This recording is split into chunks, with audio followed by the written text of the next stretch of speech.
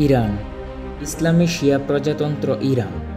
আমরা সবাই জানি যে ইরান নির্যাতিত নিপীড়িত মুসলিম দেশগুলোর বিপদের বন্ধু।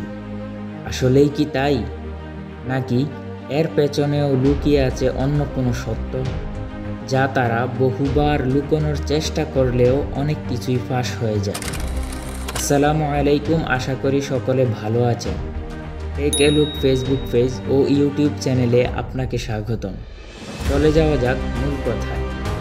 ইরান, এই দেশটি নিয়ে নতুন করে কিছু বলার নেই, তবে এই দেশের নোংরা রাজনীতি আর নিজেদের আধিপত্য বিস্তারের জন্য তারা মুসলিম বিশ্বের সাথে, বিশেষ করে ফিলিস্তিনের সাথে যেই অমানবিক খেলা খেলছে, তা হয়তো আমরা 99% মানুষ জানি না। আর যার ফলে আমরা তাদের দেখানো উপকারের নামে নোংরা রাজনীতি এবং নিজেদের আধিপত্য বিস্তারকে মুসলিম বিশ্বের বন্ধু হিসেবে চিনি এবং জানি। তারা শুধু নিজেদের আধিপত্য বিস্তার করার জন্য এই কাজটা করেনি, জানায় হোক অথবা অজানায়।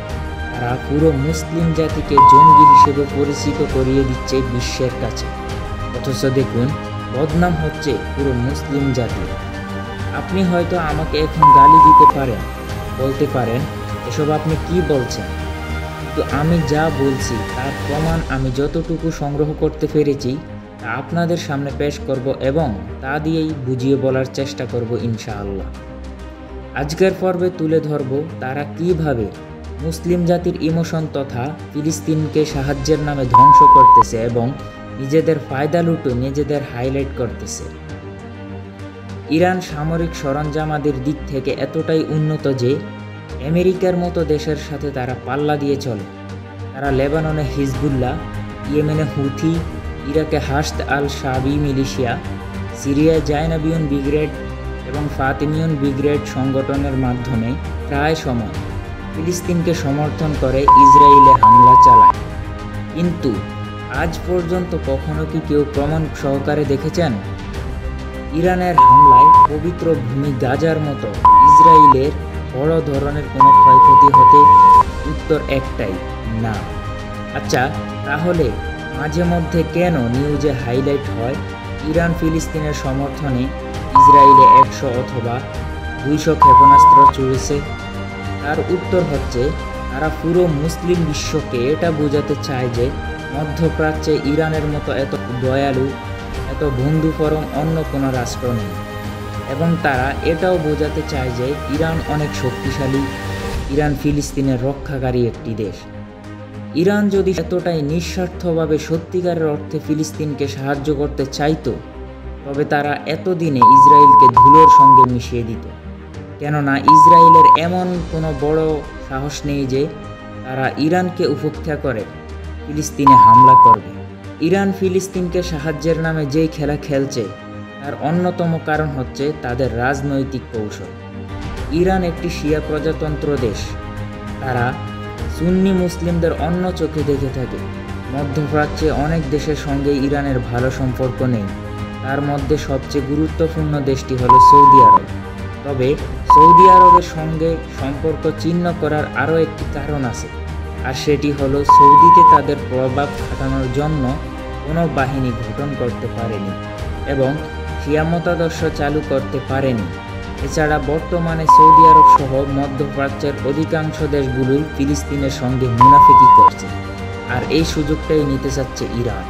রাজনৈতিক বিশ্লেষকরা বলছেন, যেহেতু মধ্যপ্রাচ্যের অধিকাংশ দেশগুলোই মুনাফিকি করছে, সেখানে ইরান যদি ফিলিস্তিনকে সাহায্যের হাত বাড়িয়ে দেয়, তবে তাদের পক্ষে একটি সাপোর্ট আসবে মুসলিম বিশ্বের কাছ থেকে, এবং মুসলিম দেশগুলোর নিউজের হেডলাইনে সবসময় ইরানের জয়গান গাইবে সাধারণ মুসলমানরা। আর তারা এই প্ল্যানিংয়ে সফল হয়েছে। যেমন প্রায় সময় আমাদের দেশের নিউজের হেডলাইনে ইরান এই করেছে, ইরান সেই করেছে, ইত্যাদি ইত্যাদি। না, অবশ্য আমি এখানে আমাদের দেশের মিডিয়াকে দোষ দিচ্ছি না, শুধুমাত্র প্রমাণ দেখালাম যে তারা কিভাবে নিজেদের প্ল্যানিংয়ে সফল হচ্ছে। ইরানের লক্ষ্য ছিল ফিলিস্তিনের উপর এমন একজনকে নেতৃত্ব দেওয়াবে যে কিনা কাজ করবে তার পা চাটা কুকুর সিরিয়ার বাশার আল আসাদের মতো। আচ্ছা, আপনাদের কি মনে আছে সিরিয়ার সেই গৃহযুদ্ধের কথা, যে গৃহযুদ্ধটি সিরিয়ায় 2011 সাল থেকে শুরু হয়েছে আর শেষ হয়েছে আজকের 2025 সালে। ধারণা করা হয় মাঝখানের এই 15 বছরে প্রায় 5 লাখেরও বেশি মানুষকে সরাসরি হত্যা করেছিল সিরিয়ায় থাকা ইরানের রেভলিউশনারি গার্ড আইআরজিসি এবং সেই সঙ্গে আল কুদস ফোর্স। বলে রাখা ভালো, এই সংঘাতে লেবানন থেকে হিজবুল্লাহকেও আনা হয়েছিল। সাধারণ মানুষ, যুবক, বৃদ্ধ, ছোট বাচ্চা সহ অসংখ্য মানুষকে গুম খুন করে পাষাণ ইরানীয় বাহিনী ও তার পা চাটা কুকুর বাশার আল আসাদ। কিন্তু কেন করেছিল এমন জানেন? শুধুমাত্র তাদের এই প্রভাব বিস্তারের জন্য এবং শিয়া মতাদর্শকে রক্ষা করার জন্য। পরিশেষে একটাই ফলাফল বের হয়ে আসে, ইরান ইসরায়েলের বিরুদ্ধে গেলেও তাদের স্বার্থ ছাড়া যায়নি। তারা ফিলিস্তিনের উপর তাদের আধিপত্য বিস্তার এবং বিশ্বের কাছে নিজেদের হাইলাইট করার জন্য আজ ফিলিস্তিনকে সাহায্য করছে। প্রিয় দর্শক, আজকে এই পর্যন্তই। আশা করি ভিডিওটি আপনাদের কাছে ভালো লেগেছে।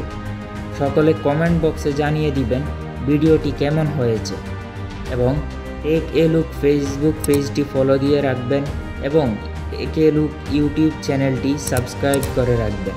আসছে ইরান নিয়ে দ্বিতীয় পার্ট। ততক্ষণে ভালো থাকবেন, সুস্থ থাকবেন। আল্লাহ হাফেজ।